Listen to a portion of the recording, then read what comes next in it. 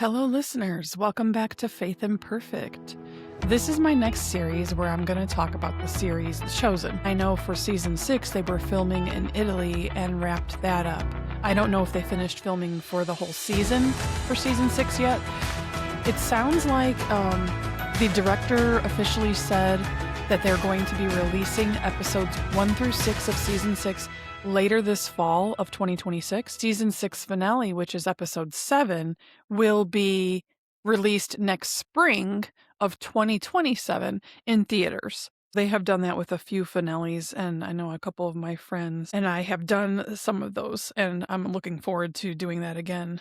I have been wanting to do a podcast about The Chosen for a while now, so I'm going to start with season 1, episode 1, and I'm going to review the episode, talk about what was in it, what happened, and go into detail. So every episode will have spoiler alerts. So if you want to watch the episode first, go do that, and then come back and listen in.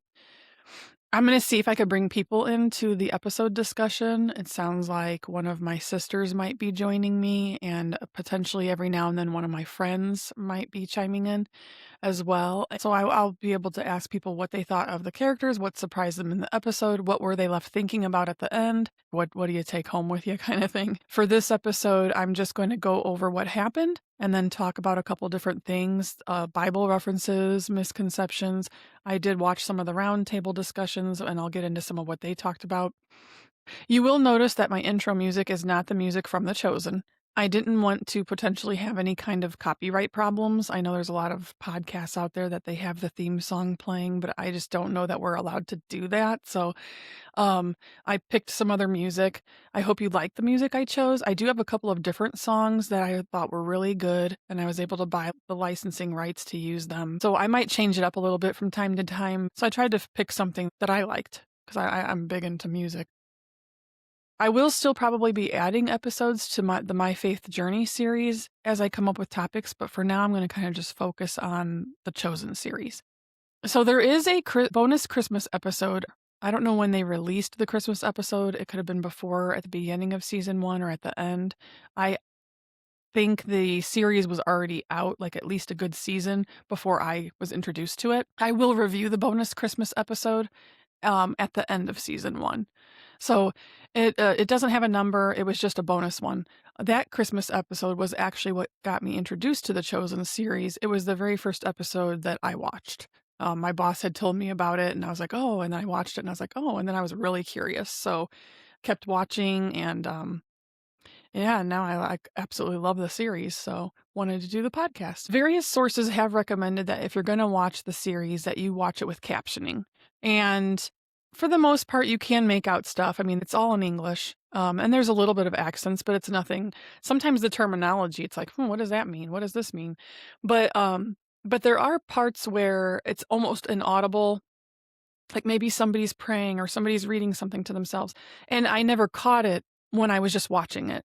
And when I rewatched it to take notes for this podcast, I had the captioning on, and I caught a couple things where I was like, oh, I didn't catch that the first time. So I'll point those out. So The Chosen, season 1, episode 1 is called I Have Called You by Name. So in the first scene of episode 1, it starts off with a young girl and her father, and she's scared, and her father's comforting her, and the caption says Magdala 2 BC. So Magdala was on the western shore of the Sea of Galilee. It was considered a wealthy commercial village at which the fishermen on the sea sold their fish. From there, they were then shipped overland to the Mediterranean Sea and around the Roman Empire. They were living in tents. It did look like they had nice robes and some curtains and things. The little girl in the scene had like this really old-looking doll. It looked pretty rough. So he's telling her when she's scared to repeat, as he says, Adonai's words. Adonai is the Hebrew name for God. It's commonly translated as Lord, Master, or Sovereign. So all of a sudden the scene switches and you see this adult woman waking up. And you get the impression that she was dreaming or subconsciously remembering that previous scene. And when she wakes up, her hands are covered in blood. And there's a scene of a man running through the streets, and he runs up to a Roman soldier and says, "She tried to kill me," and that the woman had demons inside of her. So in this episode, they go back and forth between different characters. They're pretty much introducing you to who's going to be in the story and trying to give backstories. I'm going to go ahead and I did record one version where I followed exactly as the episode was going, and I was like, I think I'm going to re-record this and put them together. So this next portion, I'm going to talk about Simon.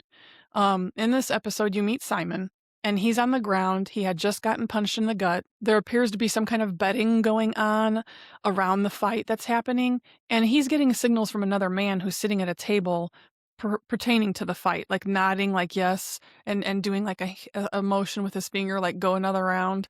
And you find out too that in this fight that he's married to the sister of the man he's fighting. The man's name is Josaphat. Now, Josaphat is not listed in the Bible, and neither is the fight. And I think it's just one of those artistic liberties that the director took to try to add some depth to the backstory. Simon asks Josaphat if they can stop fighting every week because Josaphat doesn't trust him. Simon then tells him, I love my wife more than anything, because that's Josaphat's sister. So the man says, oh, I'll stop fighting you, Simon, but my brother won't. And so all of a sudden another big man shows up and he punches him to where he falls on the ground. Like he was not expecting it. He turns around and gets punched right away. I think it was in the gut, or maybe it was in the face. But he gets punched, and all I know is he falls to the ground. And so Simon's partner, who's sitting at the table, then hands money over to this man, like a little money bag. And the look on his face is like defeat, you know? So it suggests that they lost the bet. So this was a fight that people were betting on. They were hoping to make money. And it kind of appeared like they were going to try to cheat and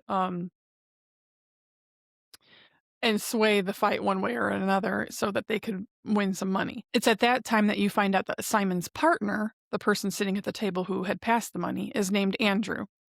And after the fight, they're sitting in another area away from that, and they're discussing how taxes are due soon. And they discuss how they might lose their boat, and Simon heads out to go fishing alone. So the next scene with them, with Simon and Andrew, they're attempting to pay their taxes at the tax booth. They're told that they're behind and they have penalties to pay. The amount which they brought will only pay enough to pay for half of their penalties. So the tax man looks up the records that they have their boat and their residence as collateral. So that could be a really bad thing if they don't pay their taxes and they take the boat away. That's their livelihood. That's how they're making their money. And so Simon interrupts that they have an arrangement with Quintus, and you kind of look and see that Andrew's got a shocked look on his face. And he says that they will both get a free year of taxes, and the taxman's like, I will verify this with Quintus. And so they leave the tax booth, and Simon tells Peter that he didn't catch anything when he went fishing that day, and that while he was on the water, he's seen a huge fleet of merchant boats fishing. And when he gets to the land, there's a Roman soldier there, and Simon offered to turn the merchants in if the soldiers let him go. So Andrew's upset because these people are his fellow people. They're their neighbors, you know?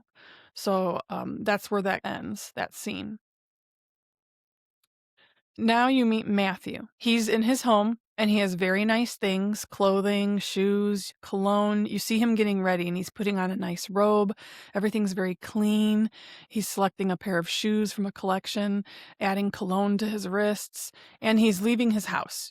You see his servants. He has servants in the courtyard. You see that when he's leaving his courtyard, he has this big, heavy door at the entrance of the courtyard, and he locks it. And then he encounters and pays a man to hide him in the horse-drawn cart to take him to where he works. And we learn that he is the tax man. So he is the one that was at the booth when Andrew and Simon were paying him. Now, in the roundtable discussion, I wasn't going to get into all that yet, but I guess I'll go ahead and I feel like it's a natural flow for it. They did say that they don't believe it's not documented that Matthew was their tax collector, but they were all in that same vicinity. It's very probable that Matthew could have been their tax man. So anyway, I just wanted to put that out there. So Matthew's getting dropped off on the other side of the market, and the person that he hired to take him refuses to take him any closer. He's like, take me closer, take me closer. He's like, no.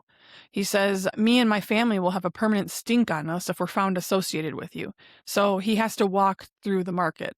And one of the first parts when he's walking, I think it's actually before he gets into the cart. I don't remember which part, but he steps in horse manure or, a pile of manure.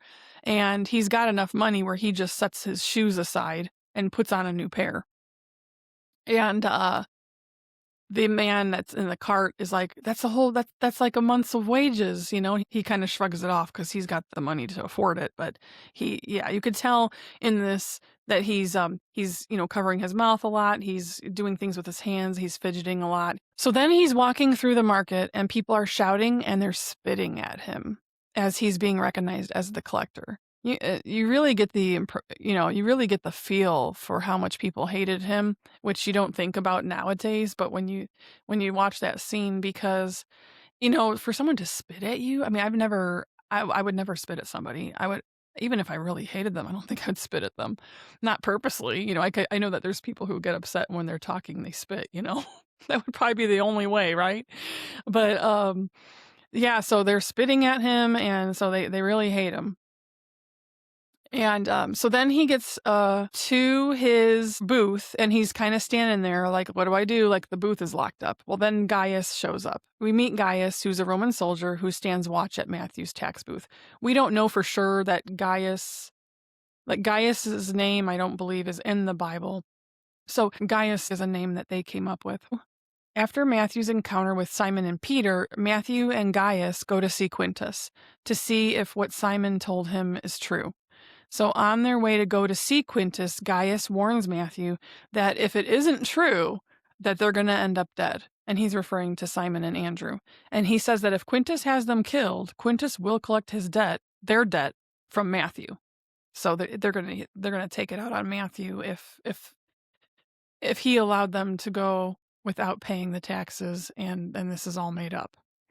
Okay, so another character you meet this episode is Nicodemus. The first time you see him, Nicodemus and his wife are traveling in a litter. It's also known as a palanquin. It's a man-powered carriage, so it's being carried on the shoulders of 4 servants. And I looked it up, and it's to demonstrate the high status, wealth, and authority of Nicodemus as a Pharisee and a member of the Sanhedrin. It allows him to travel through Capernaum without walking in the dirt.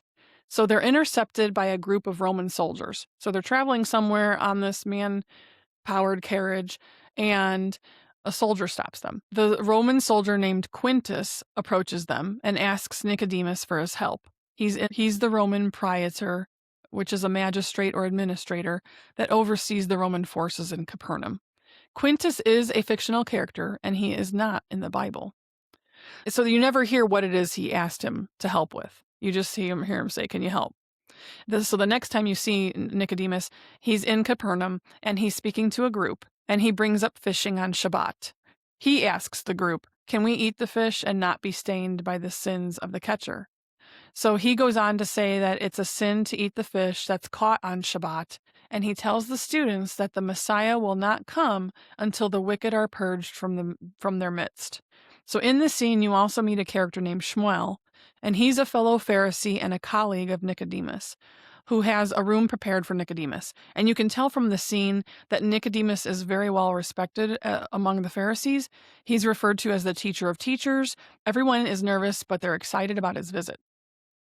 So when Nicodemus arrives inside the room that was prepared for him by Shmuel, he brings up his rhetorical question that he asked the group outside about fishing on Shabbat. And he tells Shmuel that question was meant for him. And he says that, why are the fishermen taking their boats out on Shabbat? So Shmuel starts to answer him, but then they get interrupted. So before I go too far with that yet, the thing about that, I got to realizing, I believe that Quintus had asked for him to push that fact with the people, because even though Jewish tradition, Jewish law was no working on the Sabbath, Shabbat is the Sabbath, and they're not supposed to, by any means, for any reason, work unless it's like something life-threatening. So they already believe not to fish on Shabbat. But what's happening is they're not, if they fish on Shabbat, the people who are fishing on Shabbat, the taxes aren't getting collected on those catches. So Quintus wants it to be made known not to fish on Shabbat. So he was fully in support of that anyway, because they believe that they shouldn't have worked on the Sabbath. And I'll get it more into that about Shabbat later. Episode 2 is actually called Shabbat as well, so there'll be more discussion about Shabbat. But so they get interrupted by a Roman soldier who asks to help with a woman in the red quarter who's causing a disturbance. And Nicodemus tells him that they don't typically visit the red quarter. But the Roman soldier pretty much says that if he doesn't accompany him, they're going to burn it down. So then it goes back to another scene where Nicodemus, Shmuel, another Pharisee, and a Roman soldier are walking through the red quarter. They pass many different people. Nicodemus seems to be in shock at what he sees. Like a couple times his jaw just kind of drops. They're covering their noses with clothing or cloth as they're walking, and you could kind of get the impression that there must be like a really bad stench in the air. That or they're worried about getting sick or something, but I'm thinking it's a stench. It could be both. So there's writing on the wall that says the Messiah will destroy the Romans. There's all kinds of people standing around in doorways. It's kind of hard to tell what's going on. I mean, you can insinuate what he's seeing, but I really, I have my own interpretations, I guess, but there's stuff that he's just not sure about. It almost looks like they're maybe trying to sell people, stuff like that. Like there's people standing on a platform and there's like a guy pointing like, take your pick, kind of thing. And I don't know. So yeah. So when they get to the residence, finally, the soldier tells Nicodemus to do his job. And Nicodemus gets really mad. And he says he was only accompanying or complying with Quintus's request because it coincided with the law about not fishing on Shabbat. But he tells the soldier that he'll help this woman even though it's outside of his purview and not to use him to fix the Romans' problems. Nicodemus says that he will not continue to use his religious position to help those who look down on his people because they were oppressed by the Romans. So Nicodemus is now outside the door of the woman's residence, and you hear her screaming. And Nicodemus finds out that the person having the problems, her name is Lilith. And a lady nearby tells him that she has these episodes, and then she's sweet, and she mostly never hurts anyone who hasn't already hurt her first. So he sends Shmuel and the other Pharisee to go get items to prepare for him to take in with him, things to make incense and stuff like that. The next part, you see the Roman soldiers knocking down her door with a large log. Nicodemus approaches the doorway with the two other Pharisees, and the two Pharisees remain outside the doorway. Nicodemus enters the room, and it's a small little room, and it's dark in there, and everything's thrown around, and there's a mess on the floor, and Lilith is on the floor as well. So he starts to try to urge this demon out, saying prayer things and trying to I can't remember some of the stuff of exactly how he worded it all, but he's trying to do what he can to get this to leave her alone, this demon. And then Lilith starts to get up, but she has this crazed look in her eyes, and she says, "We are not afraid of you. You have no power here, teacher." And the caption says that it's multiple voices, so her voice did sound different, but it's supposed to be like multiple voices that were inside of her saying this to him. And her voice sounds very weird. And so he leaves the house in a hurry, and he tells the other two priests that we're finished here. And you can tell that he's spooked by what he's seen. So the next time you see Nicodemus, he's sitting at a desk reviewing documents. And if you have the caption on, this is where you catch that he says something about demons and possession. So he's researching demons and possession. And I didn't even know that part because I didn't have the caption on the first time I saw it. So he's researching what he's witnessed that day, and he's having a really hard time dealing with what he's seen with Lilith. He starts to talk to his wife, and he says he's wondering that if what they think about Adonai, or God, and the law isn't the whole picture. And his wife is like, "That's ridiculous. It's blasphemous." And so he feels like he failed. And his wife brings up that he should have never been there in the first place. She thinks that exorcisms need to be left to the exorcists and that he should remain at the academy. She tells him that he spoke the words, but the demon didn't respond.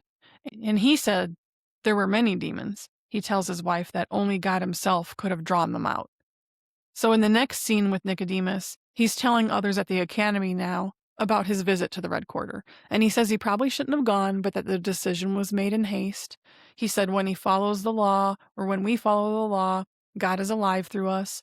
And so when we don't, he says that allows demons to enter the wicked soul. So he goes on to tell them that her possession was fatal. He also says that her soul was beyond any human aid. In the next scene, you see Lilith, and she's waking up again. And this time she's outside in the street. And she starts thinking back to her father and what he would tell her to do when she's scared. And as a little girl, you see a scene of her saying, "Say the words." And she says the Adonai's words. And she gets up off the ground as an adult now, and she's thinking, you see flashbacks between her walking and thinking of herself as a little girl saying this prayer. And she heads back into her house, and she sees that the place is all tore up, and it's a small space. Bed is thrown all around. Everything's in disarray, like I said earlier. And she goes over to the sink, and she's washing dirt from her hands and her face, and she's remembering her sick father. So then you see scenes of him, and he's coughing, and I believe he's on his deathbed. So she remembers holding a doll. You see her as a little girl holding this doll. So then you see her looking through her house, her one-room house, for this doll, and she finds it on the floor, and she picks it up, and she pulls out this little piece of paper that was stuffed in the neck of the doll and unrolls it. And on that piece of paper are written the prayer with Adonai's words. So as she's reading the words, she's remembering being attacked in her house by a Roman soldier. She has these visions of things that happened in the past. As that scene is ending, all you see the soldier approaching her, she's getting thrown into the house, and then all you see is this dark shadow going over her face. And so that kind of is symbolic of it becomes a dark time for her. So then she leaves her house and she's heading to a place where there's kind of like a secret knock she has to do. And so you get the feeling that it's probably not, it's probably well known but hidden well. It's where they're gambling and they're drinking. And it kind of looks like it was maybe a bar back in those days.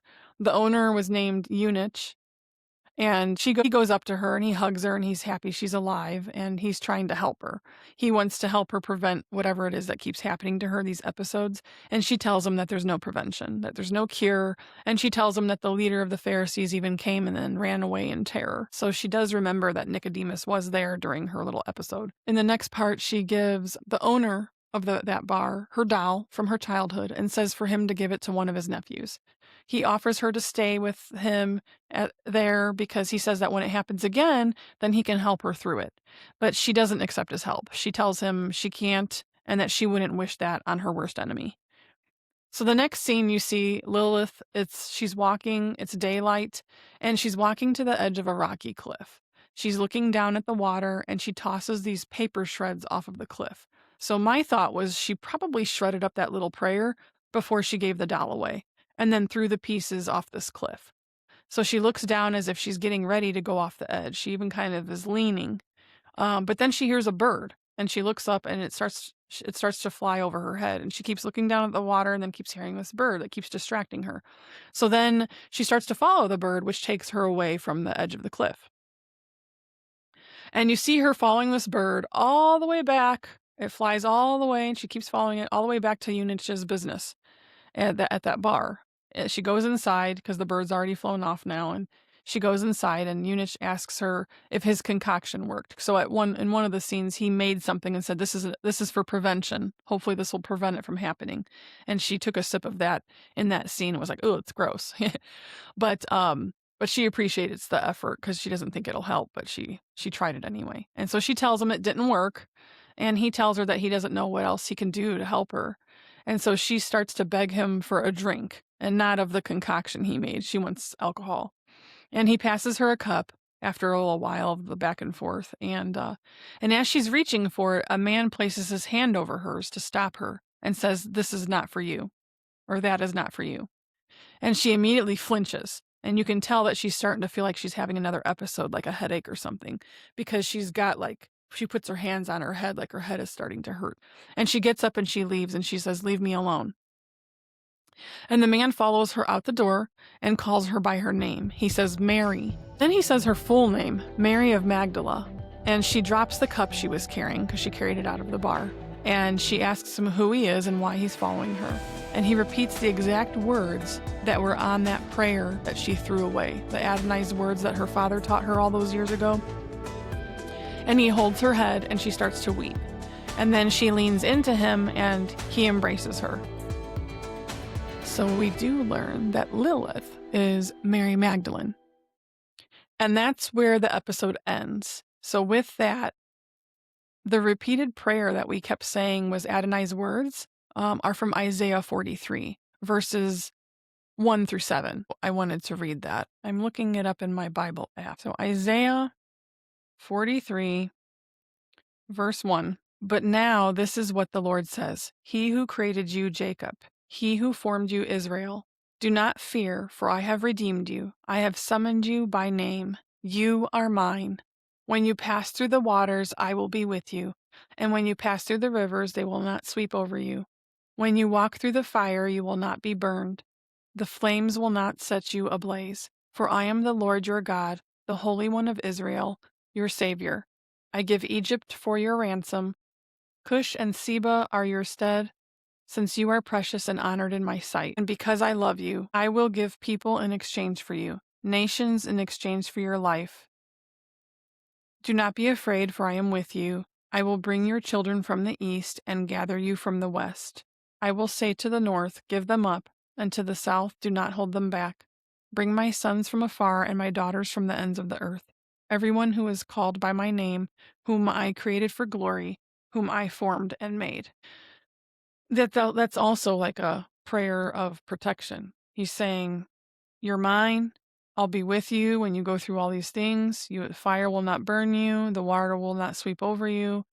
So you're precious in my sight, all that stuff. So he had her repeating that. So the roundtable discussions, they do have those online, and I'll put the website in the episode description. The roundtable discussions for episode 1, season 1. The first one was the director, Dallas Jenkins, is discussing issues with a Catholic priest, a Jewish rabbi, and an evangelical theologian. He said that they are his 3 biblical consultants, and he wanted to be as close to Scripture as possible. However, he does say that he was going to go into some of the backstory, and so he used historical context, biblical context, but also artistic imagination. Now, when you first watch the episode, it does have a thing at the beginning, and that's what he wanted to stress, that The Chosen, this is what it says, The Chosen is based on the true stories of the Gospels of Jesus Christ. Some locations and timelines have been combined or condensed. Backstories and some characters or dialogue have been added. However, all biblical and historical context and any artistic imagination are designed to support the truth and intention of the Scriptures. Viewers are encouraged to read the Gospels. The original names, locations, and phrases have been transliterated into English for anything spoken. They do add characters, they do add story pieces that aren't in the Bible, and that's why they say they encourage you to read the Gospel. And it's interesting because after some of those episodes, I'd pull out my Bible and be like, oh, so that's kind of what got me interested in the back side stuff too, of what was in the Bible, what wasn't in the Bible, and that kind of stuff. So with that panel, the Catholic priest discusses a process of reading scriptures and meditating. And he says that when you do it, sometimes when you do that exercise, there was a name for it, they talk about, like, what do you feel? What do you taste? What do you think? And you use all of your senses to see what speaks to you when you're meditating on the scriptures. And Dallas said that he wanted people to imagine those same things, how it felt to be there, the dust, what did things taste like? What was it like back then? And so he wanted to do that same thing for his viewers. And so that was one of the things that really stood out to me right off the bat, is you don't think about all the dust and everything. And when you hear these stories about Jesus washing the disciples' feet and different things, and you don't think a whole lot about it. I mean, yeah, you think it could probably still be pretty gross in our day, some people's feet, because some people's feet could be gross and they probably aren't as good about keeping their feet clean, but some people do keep their feet clean and they get like pedicures and they trim their nails and all that stuff. But back in those days, they wore sandals and it was very dusty and very dirty. And it was customary that they would wash their feet before entering the house, and especially before a meal, because you're just bringing in so much dust from traveling and from the unpaved roads. And it's just stuff you don't think about. And some of them have dirt floors, but they're trying to minimize how much dirt's coming in. So their feet are pretty dirty. And so when I saw these scenes, I was like, oh yeah, that's so dusty. You don't think that when you're reading it from the Bible, but it's harder for us to imagine what it would have been like back then. So for me, it was very interesting that part really jumped out at me in the beginning of the series. Yeah. I also never really thought about Simon a whole lot. And I guess I didn't read enough about him to really have an impression about him when you meet him. So in the series, they portray Simon as a very strong character, very stubborn, very reactive, or always ready to fight, always ready to be in fights, you know. He comes across as very determined, you know. They incorporate a lot of the Jewish culture in the series. They talked about the that in the Round Table as well. The characters all speak English in the series, but English did not exist back then. So some of the expressions didn't exist either, but they may have had something similar, is what the director thought. So they did use some different phrases and made up some too, like when Simon was in his fight and he tells the guy, "They call me wine hands because of what I do to your liver." Okay, well, I don't know that that's a saying. Maybe it is, but we all know that alcohol can affect the liver. But back in those days, they were discussing that people didn't really correlate that alcohol or wine would damage the liver. So that wouldn't have been something that would have been said back then. So it's just things like that. It's out of context of that time. But the director wanted to make the characters relatable, and he wanted to reignite our imaginations and have people go back themselves and read their Bibles. So he wanted to give depth to the stories and add a little drama too. So I will say that there are a few episodes where I was looking up things in my Bible that I had never heard the story of, or something seemed different. And then we'll get to one of my favorite ones in season 1, and I'll talk about that too, where I never really had thought about it in reading the Bible story. But then when I watched the episode, I went back to my Bible and it was almost word for word, the discussion. And I was like, oh my gosh, like it impacted me way more watching it than it did in my Bible. And it was just like, I never would have thought. And now it's one of my favorite characters. So I'll get to that when we get to that episode. Another topic they talked about is Shabbat. So I was going to talk about it as I was reading. I did say that Shabbat is the Sabbath. In the Jewish tradition, it's Friday night to Saturday night. And in the Christian tradition, it's on Sunday. That's a nice little tongue twister, by the way. It's funny. I have a little side story. I'm in choir, and they always have us do these exercises to stretch the mouth before you sing. And so you have to do things like aluminum, linoleum, and I'm somebody who mumbles, so that takes some work to get it right. And so maybe it's helping my speaking too, but he has us do aluminum, linoleum, unique New York, which I always want to say unique New Dork, or, I want to like mess up the letters when I say it, but unique Unork. See, I'm doing it already. Unique Unork. Unique New York, aluminum, linoleum, red leather, yellow leather. Like there's all these. It's so funny. And so I felt like when I said that, when I Christian tradition, it was a little bit of a tongue twister too. So in the Christian tradition, it's a Sunday. We observe the Sabbath as Sunday. And when you hear the words Shabbat Shalom in the series, it is wishing the Sabbath peace to somebody. So you hear that phrase a lot in these first few episodes, especially because episode number 2 is about Shabbat. The director says that he casually wrote in the part about Simon fishing on Shabbat. The discussion panel was saying that they didn't think that Simon would have actually done that.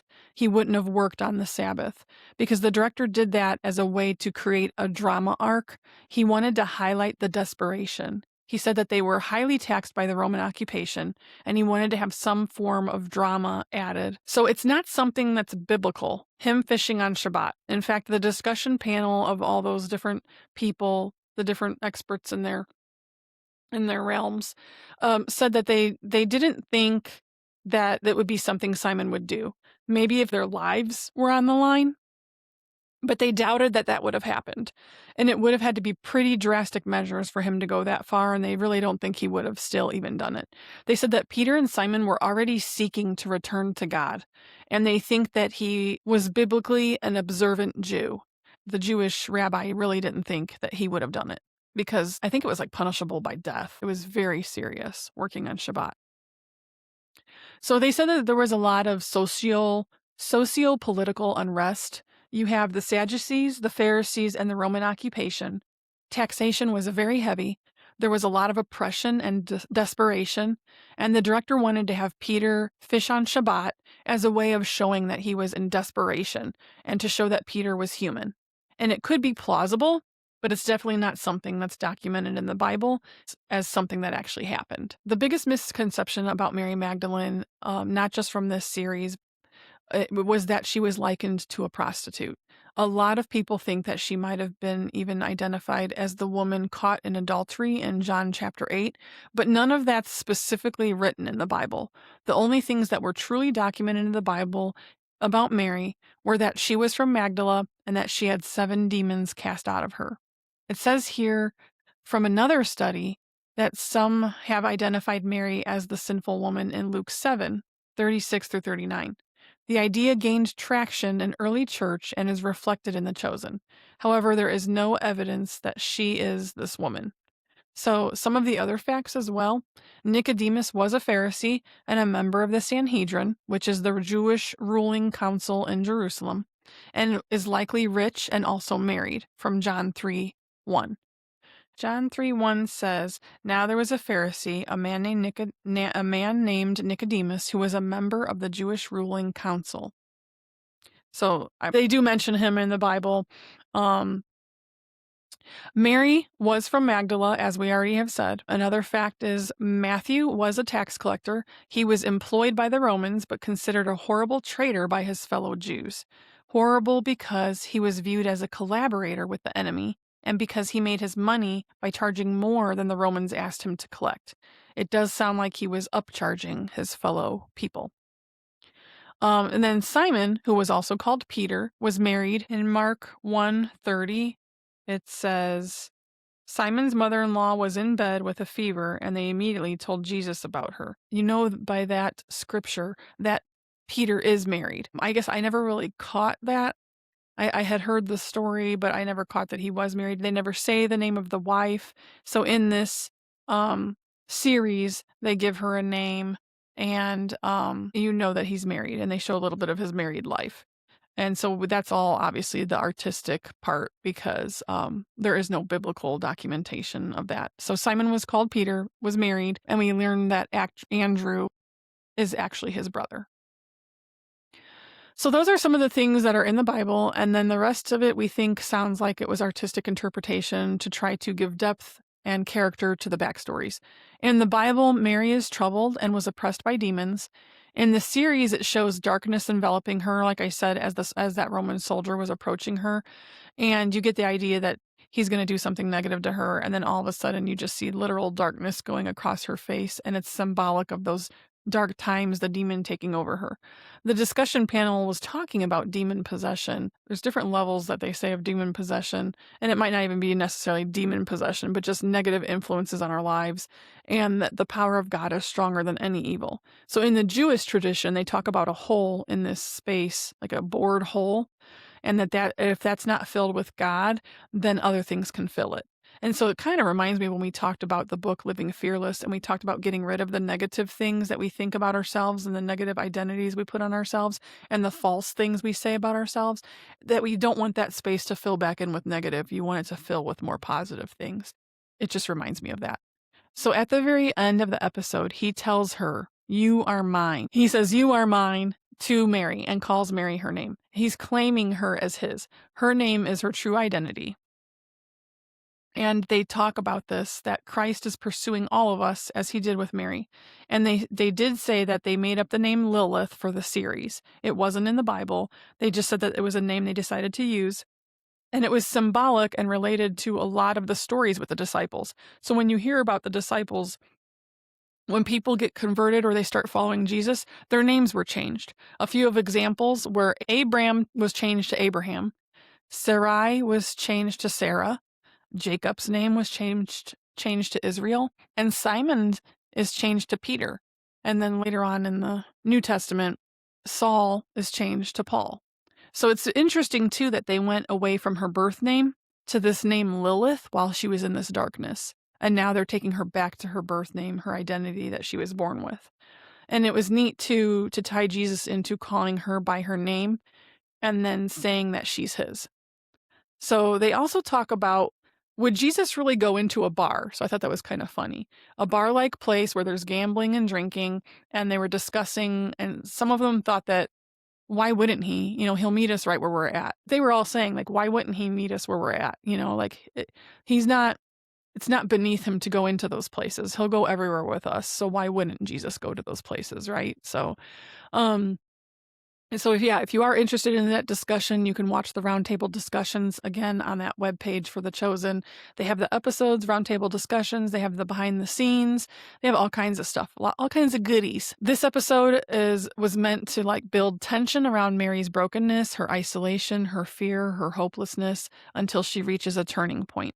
And in the quiet but powerful moments, she encounters Jesus. And instead of him using a ritual or force, all he says is he calls her by her name, reminding her of her true identity. And this moment becomes a breakthrough. Mary's freed, restored, and transformed. So the core theme of the episode is being known personally by God, freedom from shame and past identity, and then the contrast between the religious effort and a true spiritual transformation. The religious efforts, like the rituals, and sometimes we do that mindlessly. We're not, and sometimes we're not doing it mindlessly, but it's stuff when we get into these habits and patterns, sometimes we're just going through the motions. We're going through the actions without the deep meaning. And so it's showing that contrast between that religious effort and a true spiritual transformation. So the beginning of Jesus' personal ministry through intimate encounters started here with Mary. It's a deeply emotional opening that sets the tone for the series. And it isn't just about events. It's about personal transformation, being seen, being known, and being called into new life. So I hope you enjoyed this episode. Join us next time for Season 1, Episode 2.